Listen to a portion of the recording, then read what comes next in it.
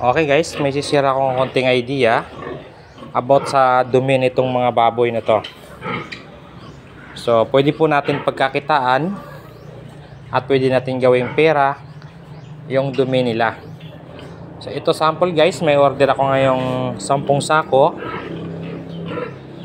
So, papakita ko sa inyo yung itsura ng dumi nila na nagiging compost or pwede na gawing fertilizer. Okay guys, pasintabi po sa kumakain. Ito na po yung dumi nila. Ito yung itsura ng bago na dumi ng baboy. So iniipon natin, puno na.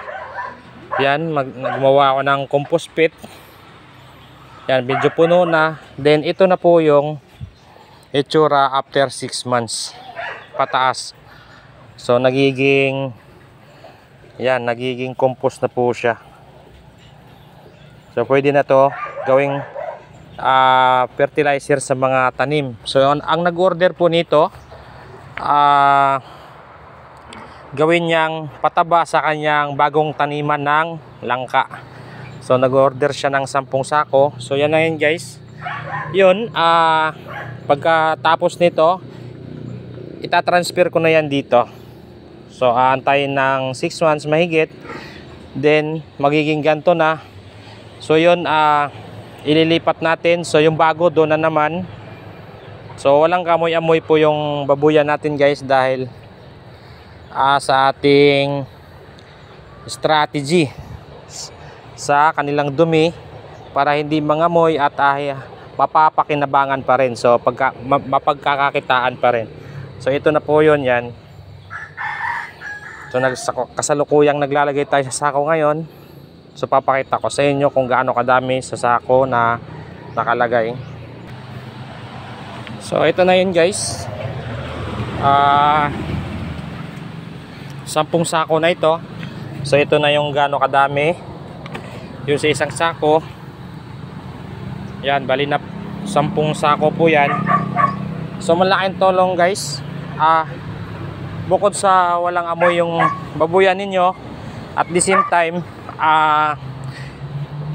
hindi basta-basta mapupuno yung septic tank ninyo, dahil tinatanggal yung dumi at nagiging pera pa. So kita nyo guys, yung babuyan ko guys, malapit lang tayo sa highway.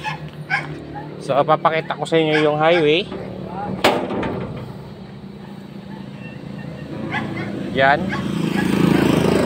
pagkalabas ng bahay, ayan, highway na. So yun lang po yung babuyan ko doon. Tapos paglabas mo, yan, highway na. Yan, so meron tayong mga tanim dito. Yan, sa gilid lang ng highway. Yan. So ito na po yung 10 sako. Yan, so yun lang yung babuyan ko doon guys, yung doon. Lapit lang sa highway. So ayun lang guys, sana nag-idea kayo, baka sakaling soon mag-isip kayo kung anong pwedeng gawin sa dumi ng baboy. So ito po, for ideas sa aking kapwa backyard hog research. Yun lang guys, maraming salamat. Happy farming everyone. God bless.